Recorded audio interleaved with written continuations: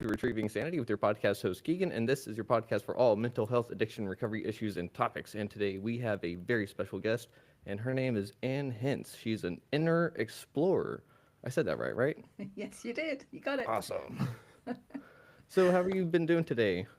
I've been doing good. Yeah, it's been a nice day here in California. Oh, California. At the moment, are you near where those fires have been happening? No, I'm Or, in Northern California. Yeah, so they're a few ah, hundred miles away. okay, good, good. That is good to hear. Yeah. I can't imagine being that close to something so scary. So, whew, Yeah. um, I'm in fire country, so we do have fires here, but luckily mm, not many this year, which was nice. ah, real quick, I know we are going to get into your story, but I didn't really think about it. But a natural disaster zone, does that play a huge part on your day-to-day mental health? Because you never really know when a fire is going to break out, right? Right. Yeah, in the summer it's definitely on everyone's mind. And Uh, yeah, we have that app that checks on the fires, and we have an app that checks on planes so we can see when the oh, air, you know, airplanes are up, the fire planes, CDF planes are up in the air, we can see. So huh, with those two, it works pretty well together. So yeah. that's awesome. Um, And I have boxes packed all the time. I just put them on the shelves. oh, They kind of look like my shelves, but they're boxes I mhm. can just grab if I need to head out. Oh, nice. So you have a little bug out box, if you will. That's pretty Well, cool. yeah, and it's more like the photos and things Oh that yeah, we'd want to take with us, but yeah. they're all ready to go. The sentimental stuff, the stuff that you cannot buy anywhere. That's the That's stuff you right. want to take with you. Yeah. So that's good to hear. Um, but since you're an inner explorer, what all does that entail? Because I mean, we explore the outside world, so inner explorer, I guess you explore the insides of yourself, right? Like your Right. emotions and all that. Awesome. Well, yes, to begin with, but at Okay. this point, I can actually see or sense inside my physical body. So I can Ah, feel or sense tension in my connective tissue and in my bones, and I can focus on it and I can let the tension release. So interesting. at this point, I've shifted my skull bones and I've grown 3/4 of an inch in my 50s because I've released all that burden, that tension that I was holding What? inside. I know, Huh. crazy, right? That is crazy. And I'm sorry, you said in your 50s, but I would have swore you were like in your 30s. So, Yeah, I think but that's just the computer. you're able to feel that stress and everything. How does that work? Is that something that you just kind of went like, "Oh, I wonder what that feeling is," and then you kind of like Googled it, or you can't No, really. it was a whole process that took years, but it started Oh, out with me working through my emotions. But just oh, it was a whole hmm, progression of mm-hmm. what I call a depth of self awareness. Right, when I Okay. started out, I had suppressed my emotions so much. Mm. I didn't really know how I felt. Right? I didn't know what my emotions were. It's just I always said I was fine because I didn't want to know how I felt. But the next level of self awareness is knowing your emotions. And Mm-hmm. then the next level is knowing the physical sensations under the emotions, right? Mm-hmm. Because if we're feeling something like frustration, Mm-hmm. we use that word, frustration, to Uh-huh. describe a set of physical sensations, right? Particular feeling inside of us. We Mm-hmm. call it frustration. Well, Yeah. we can become aware of those physical sensations. I know most of Mm-hmm. us aren't, and I wasn't, Mm-hmm. but we can become aware of it. And then when I worked with that enough, eventually I became able to put my awareness inside my body itself. So I didn't Huh. even know it was possible. I had no idea it was possible when I started this journey. It was really strange to me. But that's why I wanted to share my story, because I want people to know what is possible. Okay. Holy cow.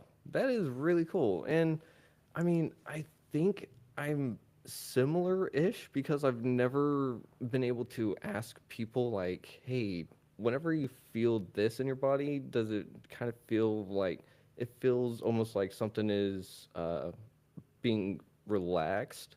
I, I I mean, that's the best way to describe it is relax. Like I can feel each little tendril, if you will, of the muscle kind of like slowly get longer. And I'm just kind of like, Is that what relaxation is? Is that what happens whenever you're meditating and stuff? Is that what that actually is? And Right? is It's that a what is that what relaxation at a really deep level. is that what people are supposed to feel though? Well, eventually, yes. I mean, that sounds pretty far along, right? To Mm-hmm. be able to feel that release and relax at a really deep level. And Mm-hmm. if I looked at my story in like simple terms, that's what I could call it. It's a relaxation at a deeper and deeper and deeper level.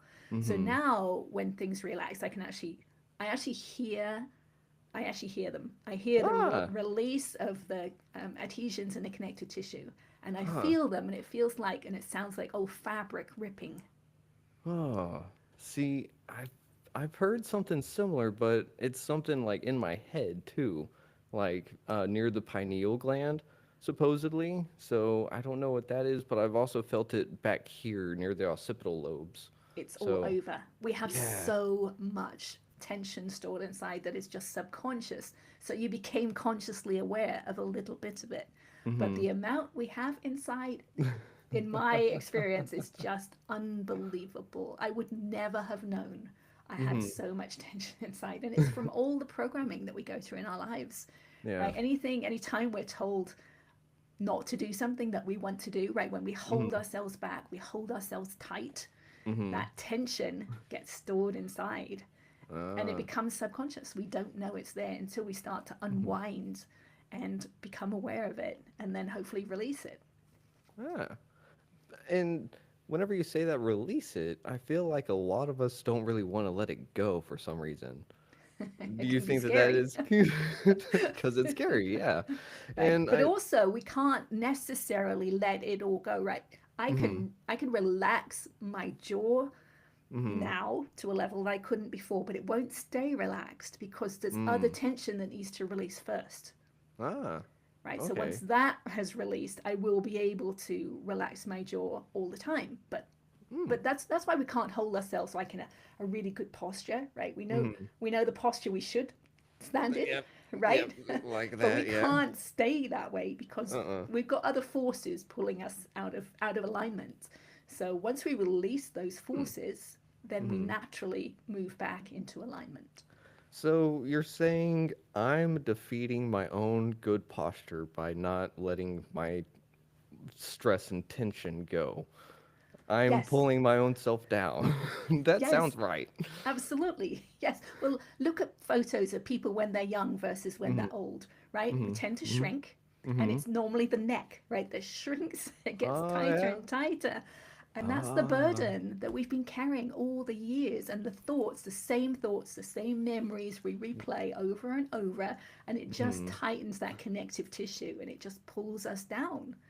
So Huh. yeah, it's a literal physical burden that we carry, and unless and until we release all those traumas and all that Mm-hmm. programming, we can't reverse that. That is crazy. And you said that it all started with figuring out your emotions. So, uh, but first, it all also started because you were suppressing them. So, Yes. um, what all made you start to suppress them in the first place? Well, I'm British. That's probably part of it. Hey, hey, I'm a guy that grew up in America, so I'm right there with you, okay? And my family, we didn't talk about emotions, right? Mhm. And I had multiple different traumas Mhm. growing up. You know, started out when I was born. I was born with my right foot up against my right shin, so my whole Oh. body was twisted, torqued. Mm. So that they released that foot with kind of physical therapy for the first 6 weeks of my life, but it didn't release Ah. all of it, which I found Mm. out later. But it did release that foot, and then Mhm. I was handed over for adoption. So Oh, adoption no. itself is a trauma, Mhm. right? And I was adopted into a family that had they had a little boy that they had adopted. Then they Mhm. adopted a little girl, and then the birth mother changed her mind. So they had to hand that baby back to the birth mother after months. I don't know how long, but it was months. And then I was the replacement into the family for that loss. so, What? Oh, no. so that wasn't a great start. And No. at 6 months old, we moved overseas. We moved to Barbados because my dad worked in international Mm. communications.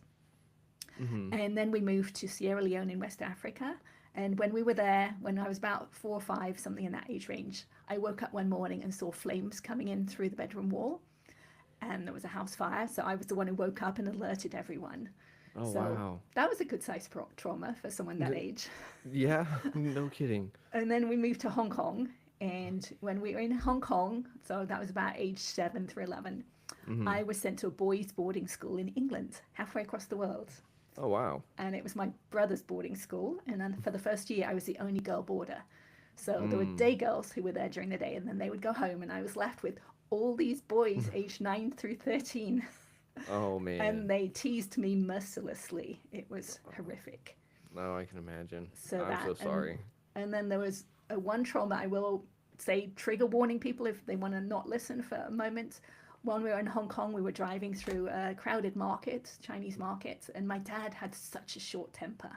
And he Mm-hmm. was really angry and he was seething, and spittle would come out of his mouth, and he was moving the steering wheel back and forth, and he ran over a girl's ankle while she Oh. was holding her mother's hand, while my brother and I were in the back seat of the car.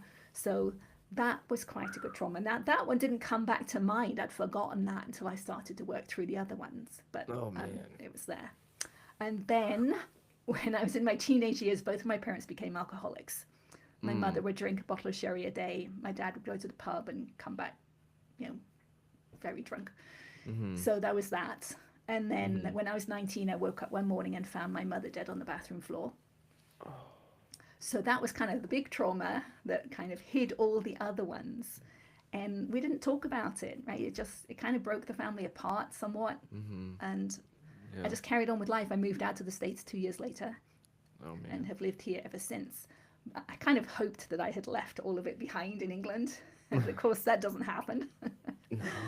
So I carried on with life, and it wasn't until I was in my late 30s when I had Mm. a business altercation with 2 other mothers at my boys' school. And Mm-hmm. these mothers were kind of like my dad, right? They were Oh. self-confident, self-assured, authority type women in my mind. Mm-hmm. And I was a scared mother on the inside who had PTSD from my parents and all these things I'd been through. And they told Mm-hmm. me I'd done something wrong.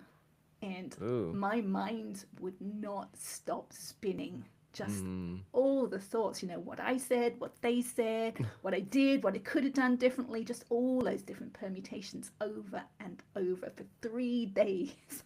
Oh. And it was at the end of that I realized, first of all, this is not normal. I Mm. didn't know anyone else who would react that intensely to something that was not that big a deal. But I Mm-hmm. also realized it felt a little bit like how I would react when my dad would tell me I'd done something wrong. Ah. So that was the little opening that, oh, maybe there's something from my childhood that's still affecting me. So that was the beginning. That was kind of the eye-opening moments that started my journey. Mm. Man, that is. You've got to be one of the stronger people that I've known, and I've got to say thank you for pulling through all of that so you could share your story with everyone and just being who you are, because I'm sure that you've shown your light around the world and it's made everyone's lives a little bit better. Thank you. I'm trying. I was determined to change. I Hmm. had to change because in the same time frame, I had 2 young boys.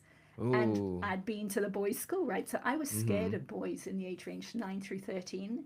So I Mm. knew I had to do something before they got to that age so that I wasn't afraid of my own boys, Oh, right? So I had a man. time frame in mind as well. And that doesn't help anything. Having a time frame? Well, it Um, probably did spur me on, right, to really yeah, dig deep and find those wounds and clean them out. yeah. You do have a good point. Some people don't do well with the deadline, and other people do really well under pressure. Yes. Um, so what made you realize that you were going to be afraid of your own boys, though? Because they're your children. So didn't that seem kind of silly at first? Like, I'm not going to be afraid of my own boys. And then you had that, yes, I will moment. Um, I knew it was a possibility because mm, I'd always avoided young boys. so, oh, and of okay. course I had 2 boys. I was given 2 boys for a reason, and that was probably part of the reason. I had to work through it. Mhm. So yeah, so it was just part of the journey. I just knew I had to change. I was living in fear all the time. Mhm. I was just afraid of saying the wrong thing, making the wrong decision. Just I needed, I had to change. So and Mhm. I didn't know what to do. After this business altercation, I just knew I had to change, but I didn't know how. Mhm. And in the time frame, I went to a doctor's appointment, and he happened Mm. to be a holistic physician, so he had more Oh. tools in his toolbox than most doctors Mhm. do. Mhm. And he recognized I was more stressed than I should be. I was a stay-at-home mother, two healthy boys, but he just saw something. He just knew I was just too stressed. And he asked me on a scale of 0 through 10 what my stress level was, and I said 8. And then he asked me Oof. why. And it Uh-huh. was that question that made me realize, it was finding my mother dead on the bathroom floor when I was 19, because the Mm. tears from that event were still just under the surface. All those years later, it's nearly 20 years later at that point, Wow. because I hadn't dealt with it. It was Mhm. just all still living inside of me. So he happened to know a Mm. technique that's called EFT, which is short for Hmm. emotional freedom technique, or tapping. Have you ever heard of it? I've heard of the acronym, but I haven't actually had someone do that. Okay. So Huh. it's tapping on specific meridian or acupressure points Mhm. as you're talking something through. And the kind of normal reaction of the nervous system is to, right, have those emotions come up in you. And the Uh-huh. tapping allows the energy of the emotions to release. So Hmm. he tapped with me for about 15 minutes about my mother's death. And I Uh-huh. walked away from that appointment being able to tell the story of her death in my mind for the first time ever without the tears. And that's when I Wow. realized that we hold those memories and those emotions physically in our body, and Mhm. that we can let them go. So Wow. that was the beginning. Man. And that is crazy that he was able to just sit there and say, no, there's not something right here. Yeah, and I and don't even remember why I went to see him, but it was nothing to do with mental health. So it was pretty and cool he did that. but he, as a holistic physician, that is just awesome because I love holistic healing, and that just goes to show that they're not that quack level of uh, whatever the other people like to sit there and say they are, because they do have legit benefits to them, and they are 100% real. And it's just great that he was able to see something that maybe someone that pushes pills wouldn't be able to have seen. Right. And he had So, the technique. Now the technique, it does seem a little woo woo when you first when you first start using it, right? You're tapping on your body. It's like, how can that be, something that does something? So hmm. it was actually developed by a chemical engineer, which helped me because I have an engineering background. So Oh, I like to know something, you know, and is that going to has work. science. Uh-huh. Yeah. So I Science. actually went home at the end of that Hmm. day, and I learned everything I could about it. And that Ah. it was in the early days of EFT. It's kind of morphed since then, but in the early days, the person who developed it had a booklet, like a workbook you could Hmm. download, and you could learn it all just for free. And you Oh, still wow. can. It's just these days it's moved more positive, and that doesn't Hmm. work as well. So Hmm. the original version, in my mind, works the best. But I Hmm. still didn't necessarily believe it after that one experience with the doctor. So I wanted to try it Yeah. out. I wanted to Hmm. experiment. So at the time, I had a Okay. 17-year-old cat at home whose kidneys were starting to fail. And Oh. we had to give him a daily saline shot, so an injection of saline solution. Hmm. And I hated injections. I hated needles. And the first time I gave him that shot, my hand was shaking so badly. And it was, Oh. it was emotional for me. It was hard Hmm. to do. Yeah. And I knew I Yeah. wasn't going to be able to do it every day. Oh, yeah. So I tried it out. I tried out this technique. I tapped about every aspect of it, which is something you do with EFT. So I tapped Hmm. about my hand shaking. I tapped about Hmm. my fear of hurting my cat. And I tapped about all the memories of all the injections I had had over the years, because moving around the world, I had lots of different injections. Hmm. And the next day, the needle slid right in. All that Huh. fear that had been living inside of me the day before had totally disappeared.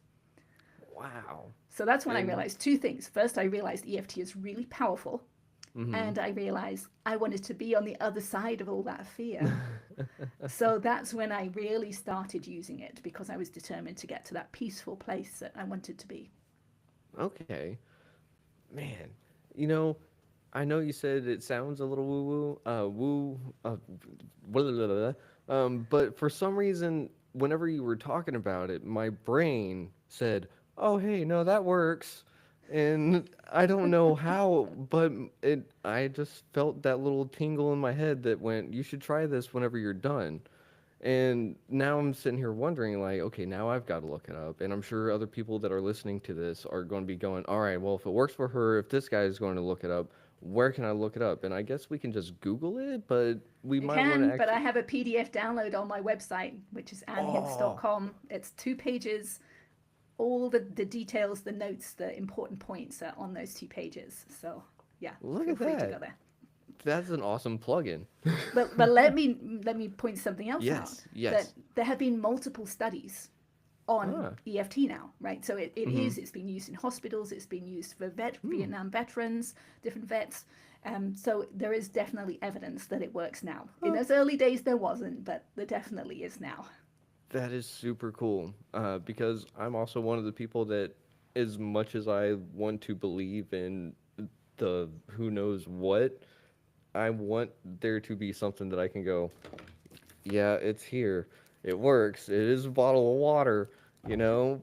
Because just Yeah, because someone tells me it's a bottle of water and it's a clear liquid, sometimes my brain goes, No, no."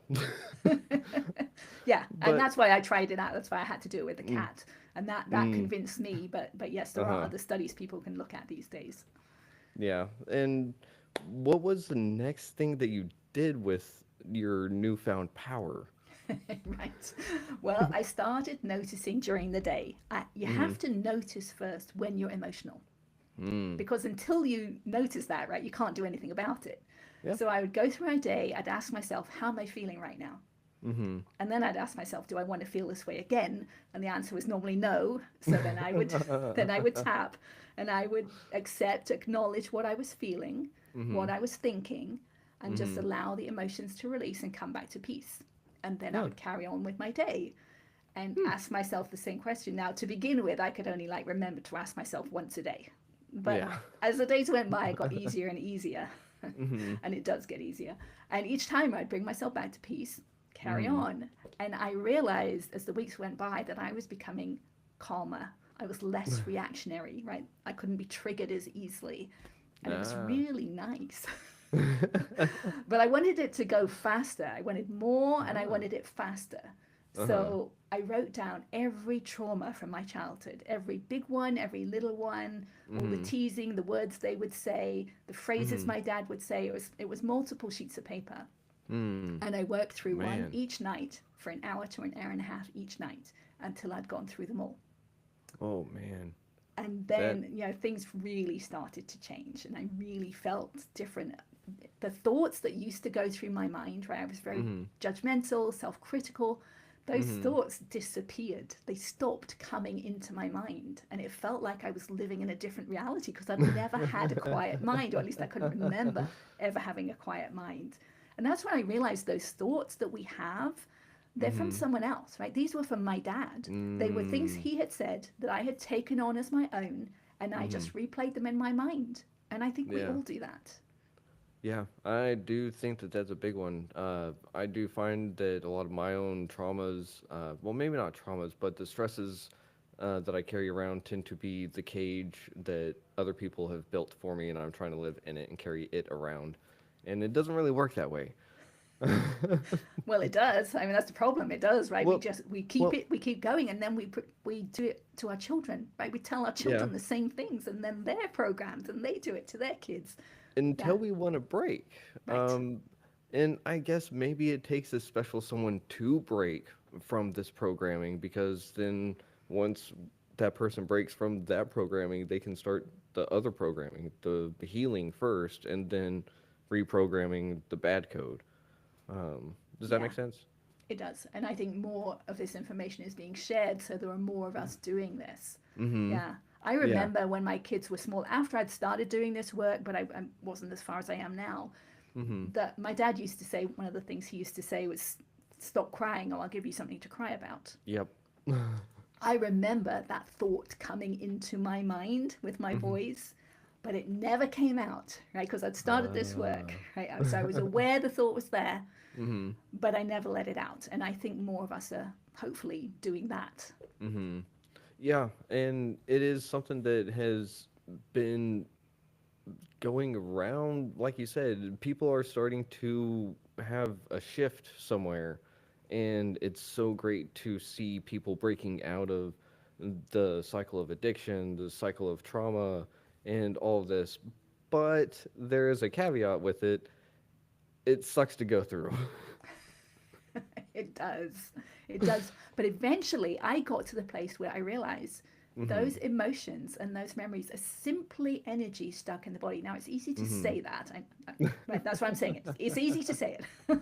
Yeah. But I got my mind around that fact that it's Mhm. just energy stuck inside the body. And Mhm. once we let it go, it's gone. Right? Yeah. Those memories and those emotions, they don't live outside of us. All they do is live inside of our body. Mhm. And we can let it go. And once we let it go, it's no longer there. Yeah. And that's what this work does. Now, not all work, not all inner work does this, right? I don't think Mhm. meditation does this quite the same way. It's Mhm. the physical component of Mhm. releasing the energy that's stored in the nervous system that Mhm. allows us to change at a deep level.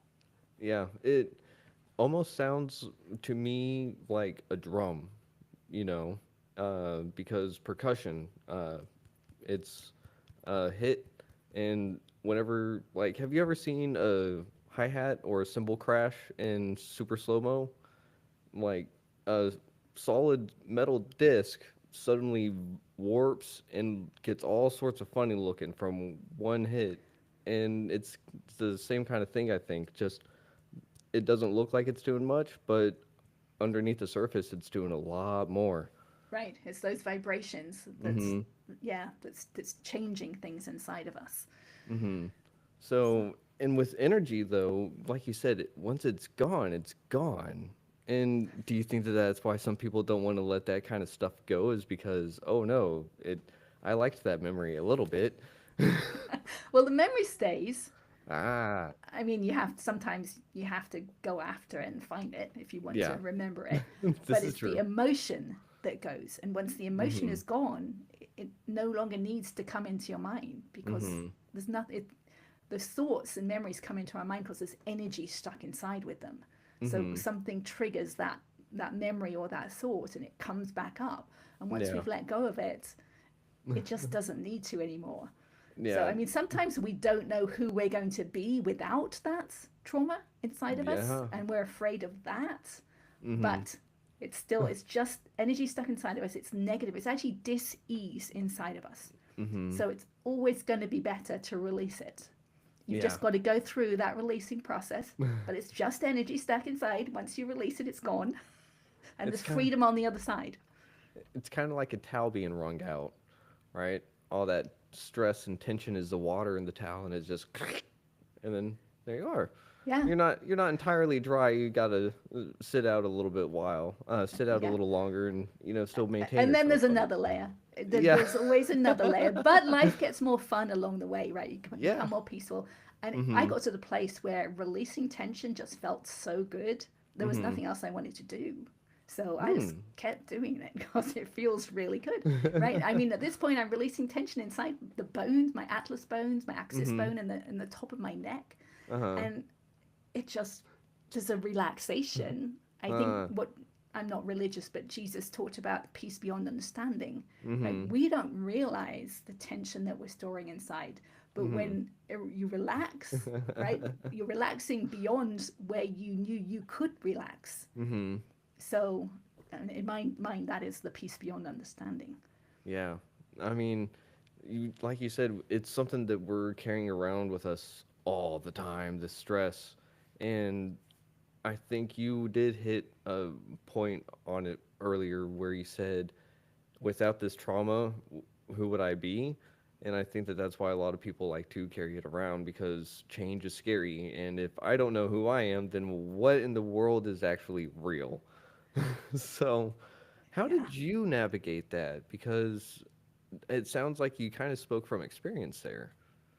Yeah, yeah, it was scary to look back at those memories, right? Mm-hmm. And to let all those tears flow. But Mm. we expend so much energy keeping those tears inside.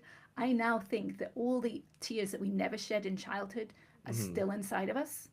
They're Mm. ready to come out. Once we access those memories, those Uh-huh. tears will come out, which releases so much energy. It's such a burden for us to hold them in. It's Huh. dis-ease to hold them in. Mm-hmm. So we have to do that. If we want to find the peace on the other side, we just have to go through it. Oh man. It almost sounds equivalent to like digging a well, you know? The deeper you go, the more you find, but that's kind of the thing, you know? Yes. Those well, but like you said before, sometimes you don't realize that you have a trauma underneath a trauma, and then you have a trauma underneath that trauma. Yes. So essentially, some people are building blocks of trauma, unfortunately, and some people only have one giant block of trauma, and some people just may have a little one, but everyone handles traumas and stresses entirely differently. So, with that, you think that EFT works wonders on everyone around, right? Because you said that there's some research on it, but everyone kind of responds to it about the same, right? It's different for different people, but I think it's Mm-hmm. based on how they do it. Ah, And because okay. there are some keys to using it. I mean, it's now I know right now I can go in my inside my body. I know that it's only the negative emotions that are stored as tension inside. The positive Really? ones aren't there. They're not stored the same way. So, So we have to access the darkness or the negative or the mm, tension. mm-hmm. So a lot of people using EFT these days are using it more like for affirmations. What? But they're not stored in our body. It's the Yeah. tension that's stored in our body. It's the negative that's stored in our body. Huh. So that's what we need to work on. Also, a lot of people these days use scripts, right? Mm-hmm. Someone else is saying the words and people are tapping along to that. That's Mm-hmm. not nearly as powerful as using our own words, Really? because it's our own words that are stored in our neural pathways, right? Ah. We thought things at the time, and that got stored with tension. Those Mm-hmm. thoughts, those words, the collection of words. So if we're Mm-hmm. using someone else's words, it's not going to go down that neural pathway that we want to go down to find that tension. Mm-hmm. So we have to use our own words. Okay. That's actually really good to know because I do know some people that have used scripts and they were like, yeah, that just didn't seem to do anything. And it seems that using your own words is really the key. Yep. And I'm going to have to pass along that information, so thank you. And you have to do it over and over again. So like with my mother's Mm-hmm. death, I did it Okay. with the doctor, but I Mm-hmm. also did it multiple times on my own. Mm-hmm. So I would talk through the whole experience of waking up that morning. It was quiet. She Mm-hmm. normally had the radio playing. So just everything that happened that day from beginning Mm. to end while tapping, Uh-huh. then going back to the beginning, talking through it again while tapping. And Mm-hmm. each time you do that, the subconscious mind is opening up and more Uh-huh. details of the story come to mind, right? So Huh. maybe there's one, like for example, Mm-hmm. my brother had been at his girlfriend's house. I'd never met her. Mm-hmm. So he was called back to our house when my mother died. And he came with Mm. his girlfriend, who I'd never met before. She got me a cup of coffee, and I'm not really a coffee drinker, but back then I would drink it only if it had milk and sugar. And she Mm. brought me a black cup of coffee. So I was annoyed with her. Now, that memory, right, that's a weird small part of the whole story of finding my mother dead on the bathroom floor. And it came to mind after I'd tapped through the events several times. Oh man. So I just tapped through it again and again until I could just tell it like a story, like I'm reading Mm. from a book. There's no emotion left inside of me about the event. That's when I know I've cleared it out. Oh wow. Huh. Man, that So a lot of is. people don't do that, right? A lot of people don't Yeah. do that, go back to the beginning, and certainly not with scripts or online, Mm-hmm. right? Because no one wants to sit through you telling the same story over and over and over again. Mm-hmm. So that's another key. Okay. And one of the things that I have to ask, if I had a memory pop up on me while I was doing this kind of work, part of me would think, nah, that was just my imagination. How did you differentiate between that being an actual memory that came back to surface versus something that you just decided to fill in the gap with? Yeah, I mean, sometimes our ego will not want us going down the path we're going down, right? So Mm-hmm. it might start thinking about shopping list, right, or something, right, totally off what we're looking at. But if Mm-hmm. it's anything, it's a memory, Mm-hmm. and if we're tapping on something and a memory pops into our mind, it's associated somehow. Okay. So what I would do is I would write that down. I'd add that to my list. Ah. So I'd that's continue actually working on what I was working on, and then I would go and look at that memory. so that is actually something that someone doing this with themselves would need to do is kind of as you're going along, as you unlock new memories or experiences and emotions, to write them down and catalog them until essentially there's no emotional callback, essentially, Right, with and you're that. opening up the subconscious mind, right? A lot of Mm-hmm. us say, I mean, I said for a long time, I don't remember much of my childhood, Yeah. and I think a lot of people say that. But Hi. yeah, but it starts coming back to mind, right? As your Mm. subconscious mind opens up, it's all inside of you. You've Mm-hmm. just suppressed it or hidden it. So Hmm. more of it will come to mind as you do this work. That's so interesting. Do you think that you've gotten near the end of it? No. Well, I mean, yes and no. So let me go into step two of my journey. So what we talked Okay, about was okay. EFT, and that was kind of step one. Yeah. And as I was doing it, I said that subconscious mind is opening up. Mm-hmm. Along with that, the self awareness is deepening. So I Mm-hmm. became aware of my emotions. Then I Okay. became aware of the physical sensations underneath the emotions. So Mm-hmm. I could feel where tension was in my body. I could feel where frustration was, where sadness was, where fear was. And then I just spent the time to feel those feelings. Mm-hmm. Because I'd been in a group at the time, and the kind of the guru, the head of the group, every week he would say, you don't have to meditate. It's all about feeling your feelings. But when Mm. he said that, I didn't know what my feelings were. But I was doing Mm. this EFT at the time out of the group, and I became aware of my feelings. So what does he mean by Mm. feel your feelings? I didn't know what that meant. Oh So man. I thought, okay, let me try it. Let me see Mm-hmm. what he meant, see if I can do it. Mm-hmm. So I was doing the dishes one day, standing at the kitchen sink, and I had a Ah. thought that I could tell had some emotion around it. I Uh-huh. can't remember what it was, but it might have been something like I'm afraid of making a phone call, right? So Ah. that's a thought with fear. So Mm-hmm. I think the thought, feel the fear, right? I could feel it in my stomach area, my solar plexus area.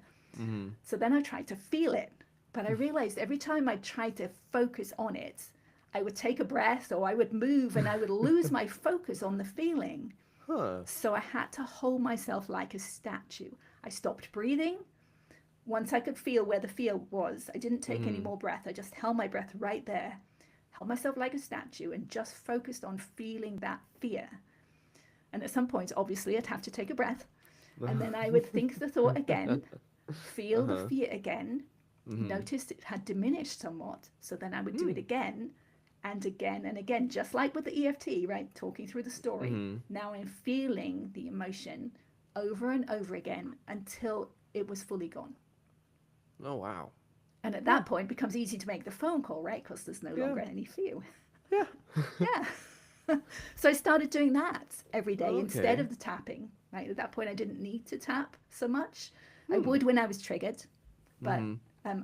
I would lay on the sofa and I would bring collective traumas to mind because I'd done my childhood at this point, right? So I would Ah. think of Gotcha. something like 9/11, right? We all have our own experience of what happened that day. We Mm-hmm. watched different things or we had heard from different people. Mm-hmm. So I brought all those memories to mind and just felt them, just felt Ah. those feelings and allowed them to release. Hmm. So that was like a deeper layer of tension that I was releasing. And at some point, I became able to keep my awareness inside my body after the tension had released. Huh. It's a weird thing to experience, even hard to put into words, right? um. but but that's what happens, right? So imagine you Uh-huh. have a stomach ache or a toothache, right? Mm-hmm. You can feel, you can sense where that pain is coming from. Mm-hmm. Yeah. Yeah. But once the ache has gone, you Mm-hmm. can't put your awareness back inside that tooth or back inside your stomach because Mm-hmm. there's nothing calling your attention to it anymore. Yeah. I could. I could put my Ah. awareness inside my body and I could Ah. move it around and I could notice where there was tension versus no tension. Mm-hmm. So I would find a place with tension, focus on it, Uh-huh. just feel it, just accept it, acknowledge it, just look at it, but not try and change it in any way. and it Hmm. would release. So then I On would its do the own. same thing over and over and over again. So I'm doing exactly the same thing as I was with EFT and with Mm-hmm. feeling feelings, but now at a deeper level inside the body. And Ah. so it took me many, many months of doing that work in my torso before I could put my awareness inside my head. Hmm. And that was mind blowing because the pain inside my left cheek was unbearable. It was so intense. And it had Hmm. been there my whole life because it was connected to my foot that was up against my shin when I was born, What? through the connective tissue, all the way down there. Whoa. So that made me realize how much we store inside. We're just not aware of it, right? It's Huh. in our subconscious mind. We just don't know it's there, That but is it's crazy. affecting us. Huh. And man, I could not believe that that would affect your foot. What? Well, it's in the Huh. connective tissue. I'm sensing through the connective tissue. So That's it took me, so I'm still interesting. working on a little bit of it. It's kind of pulled apart. It was like a big Mm-hmm. knot to begin with, and it's like, it's now just these little pieces left in different places. But I know there's still a lot of tension left in my skull. Mm-hmm. And I think once it's all released, my skull will be symmetrical. It's not right now. It's not right now. And my neck isn't either. So I still got a lot of Mm. work to do. And I can feel it, right? I can try and Mm-hmm. relax, but I can feel I can't fully relax because I can feel this tension still left in the bones. Mm-hmm. So that's why I know I'm not there yet. Fair enough. How many more inches are you trying to grow? Well, I think there could be another inch in me. Yeah. Yeah, Fair enough. yeah. That's actually really impressive because you're not supposed to after your growth plates stop, you know? So this is literally just from relaxing your connective tissues, your muscles, all of it. Right. It's the gap between the bones in my neck too. Mm-hmm. They're getting bigger. I have X-rays that I can see that Mm-hmm. there's more space between them than there were before. Yeah. That's really crazy. And most people would not believe this. So if you don't believe anything that she is saying, you better try it yourself. I have X-rays on my website. You can check them out. They're all there. And that website was annhince.com, It right? was, yes. All right. Um, and boy, what was one of the first things that you wanted to uh, tell someone else whenever you first had your eureka moment, but you felt like you couldn't say it? Like about You, the changes. or just like, hey, I noticed this in my body. Oh, the physical changes. Yeah. Because I mean, it'd be pretty hard for me to tell someone like, well, like I said before, I can't really express that kind of stuff because other people would just be like, yeah, whatever. Yeah, well, it's kind of always like that. But the weirdest thing was when I actually first heard and felt that the adhesions in the connective tissue releasing. It's Mm. that was a scary moment for me. It's like I thought maybe I was hurting myself. Right? So I had to go home and research it. And then I had a name for it. It's like, oh, it's the connective tissue that's releasing. So at that point, I could talk to people about it, but Mm-hmm. it really wasn't until I got the X-rays and looked at them, right? Because Mm-hmm. I could feel my skull bones relax. I Uh-huh. hadn't known they weren't relaxed until Mm-hmm. they relaxed, and then I realized, okay, they clearly weren't relaxed before. But I could say that, but that doesn't mean anything until. But Mm-hmm. then I got the X-rays, and then I looked at the old X-rays because I knew things had shifted, and I could see Mm-hmm. the differences, and that's when it became easier for me.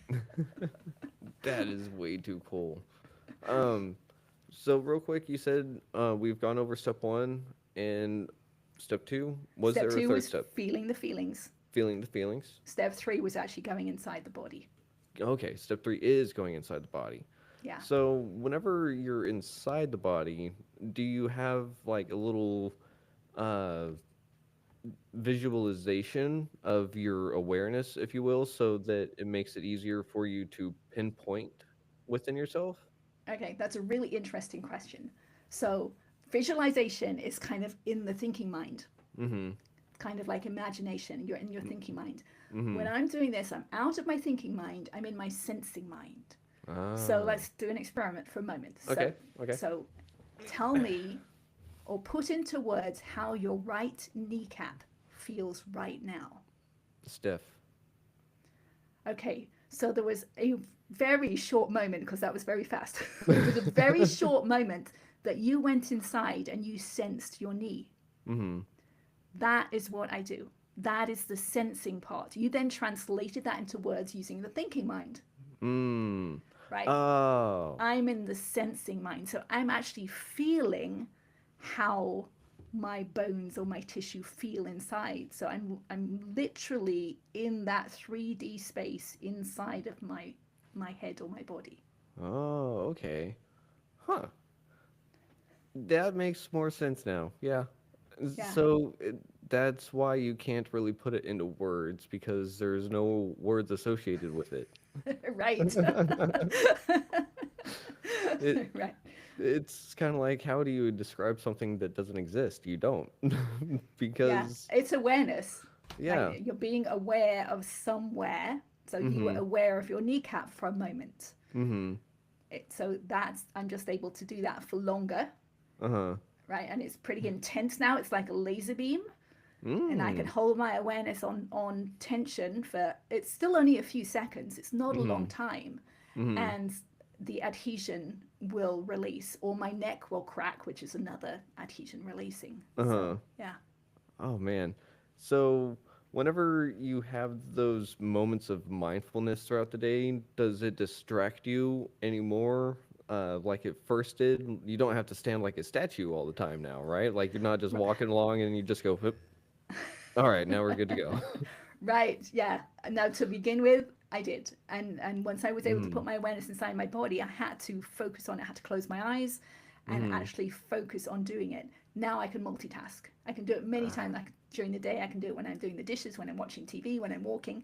So yes, it's much easier to do now, and I do it much more often. I mean, my neck probably cracks 50 to 100 times a day. Oh man. Um, it's just But loosening up, but it's really interesting to watch. And there's a, again, I'm not religious, but in the mhm. Bible, the phrase stiff necked people is in there like Mhm. 18 times. I mean, Yeah. what does that even mean? I'd never heard of it before. But I looked it up once I looked up the word neck in the Bible once Mhm. my neck started to release. Mhm. So years ago, I couldn't bend my neck here. It would not bend. I have a video of it. Huh. But now I can bend my head, my skull on top of my neck, Oh wow. because I've been releasing that tension in the axis and the atlas bone. So it's the two that allow that movement of the head on top of the neck. So Ah. it's really interesting to see that connection. It's like, okay, you're not supposed to be a stiff necked person, right? It's not a good thing. Yeah. And this helps to release that. Oh man. Okay, so what happens whenever you crack your neck and you're just kind of standing there? Does it actually you feel it, but you feel the crack, you hear the crack. Does it actually give you that little bit of a not endorphin, but like whenever you normally crack your neck, you know what I'm talking about? Yeah, I Whenever never people used to crack my neck. I never Oh used yeah, to do because you could okay, that's right. right. Ah. So I'm just So focusing on some tension so how somewhere. did it feel real quick? How did it feel to actually turn your neck for the first time? Well, Did it's it been feel a really good? very slow release, right, over years. Uh-huh. So, I mean, it was pretty weird when Oh. my neck started cracking, because it's like I'm not doing it myself. I don't feel like Mhm. it's like I'm focusing on that tension and releasing it. Mhm. And then my body kind of knows how to move to release that tension in my neck. And so it just happens. Oh, so you said you let your body kind of it knows where to move. So you kind of let your body go on autopilot, it sounds like. Yeah. Oh, that's really cool. Huh. It knows how to do it. I mean, earlier on in the journey too, like in Mhm. the second step, I guess, when I was doing the feelings and starting to release and unwind. I Mhm. went through Kundalini energy at that point for a few months, and it Mhm. was just kind of like an unwinding process, and it got to the place where I could relax my jaw in a way it had Mhm. never relaxed before, and it started to move back and forth like a metronome. just an unwinding of all the tension. Huh. It wasn't all the tension, but it was an unwinding of some of the tension.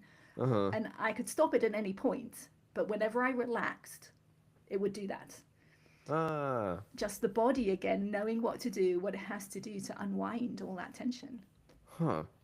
That is crazy. The body seems to know a lot more about itself than what it actually lets on, doesn't it? Absolutely. But it's hidden. All that knowledge is hidden inside. We just got to release and relax ourselves enough that it can start to show us the way. Mm-hmm. And how do you think is best for people to go about all of this? Of course, you want to push that EFT and everything, but I guess really my question is, what do you think is the best motivator for someone to want to change, for someone to want to relax and release that tension? That's tricky, isn't it? Because I was really determined. So I Mm-hmm. think you have to be determined to Mm-hmm. change the direction of your life Mm-hmm. and to be a different person, to be more of your true self, right? Our true self Uh-huh. is who we are underneath all of this tension that we've held in all of these years. So someone's got to want to do it. And then the first step is noticing, like Mm-hmm. noticing during the day. Continue to ask yourself, how am I feeling right now? Right? Am Mm-hmm. I being triggered by something or not? Right? What am I Uh-huh. doing? Just noticing during the day. And then some people might be able to go straight into step two, right? Some people who Mm-hmm. have awareness, a deeper level of awareness than I started with, Uh-huh. might be able to feel those sensations of the emotions and Ah. just sit in them, feel them, and Mm-hmm. allow them to release. But the key thing that I learned along my journey, well, one of them, was that it's all about acceptance, right? We're not Mm. trying to change anything. Obviously, Mm-hmm. in the back of our minds, right, we're doing this for a reason, Yeah. but the tension releases once it's accepted and acknowledged as it is. It's Ah. just felt the way it is. Just like a friend coming to you and wanting to tell you, right, everything that happened. They don't want you interjecting or trying to change them. They want to be accepted. So we Uh-huh. need to accept what happened in those traumas. We need to accept the emotions. We need to accept the sensations and accept the Hmm. tension. That's when it releases. Once it's been accepted or given enough attention, then it Mm-hmm. releases. Very interesting. I think that would probably be some of the whole setbacks on my storytelling for myself is that I'm still trying to narrate the end of some stories because I didn't like the way that they ended. It's like, yeah, we're going to shift that perspective a little bit. And it's like, no, I need to keep it true and straight where it was and not give it any justifications for this, that, or another. I just need to sit there and say, it is what it is. It happened the way it happened, and this is where I'm at now. And to feel So, the emotions that were there, and to feel, you're correct. I did forget step two. I did forget right? step Because they two. might be uncomfortable. If you wanted to change the story, Mm-hmm. there's a reason. It's because Yep. it's uncomfortable. The actual story is uncomfortable, but you Yep. have to feel that discomfort. And I've got to dig deep to find out why that's discomfort's there, and I may have to go deeper than that. Hmm. So, Yes.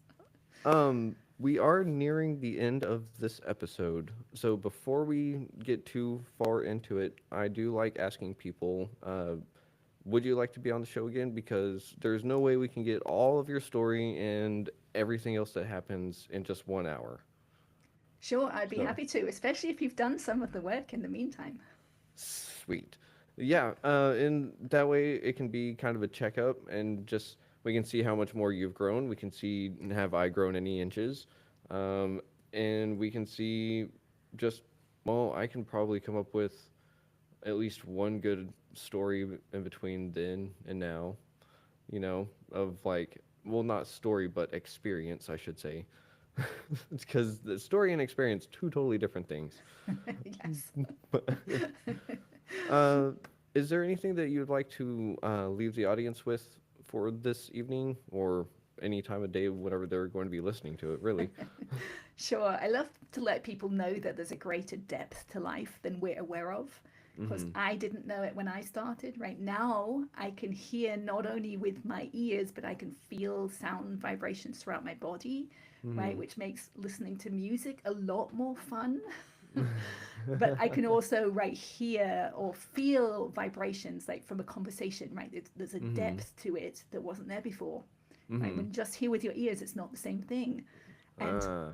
I've released so much tension in my head that I can actually sing different notes. My voice has changed Oh because wow. our skull is our echo chamber for our voice, Mm-hmm. right? So that's changed. I can also see into other people more easily. I can tell when when they're holding tension in their bodies Mm-hmm. because I can see that in myself.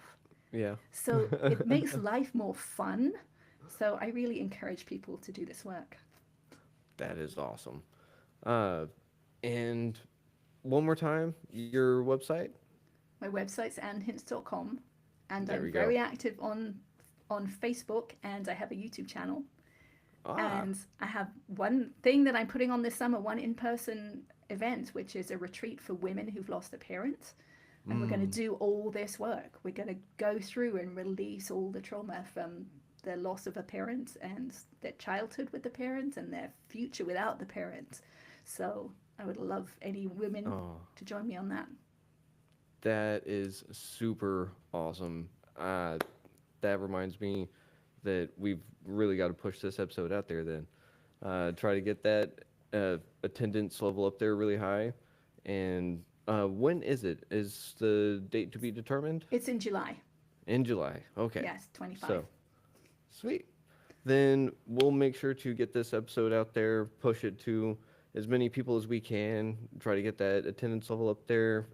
I'll be working on some EFT stuff from the two pages, right, that Yeah, are on annhince.com. yeah. And then we should check in. I don't know. How many months do you think we should check back in? It's got to I be a little bit. It does. It does. So maybe summertime. Okay. So, how about let's check in after your retreat Okay. of sorts? Okay, That sounds maybe like a good August. time. Yeah. Okay. Okay, Sweet. sounds good. Great. Thanks for the great conversation and great questions. Oh, no. Thank you for your great story and for your great perspective and for letting me know that we can all change our perspectives if we just relax a little bit. We can. Um, so, everyone out there listening, thank you very much for listening to Retrieving Sanity on WDJY 99.1 FM. And once again, this is your inner explorer and Hince. And this has been Keegan with Retrieving Sanity. So, we'll check y'all next week. Shalom. All right. And stop recording. All right. Yay. Okay, nice.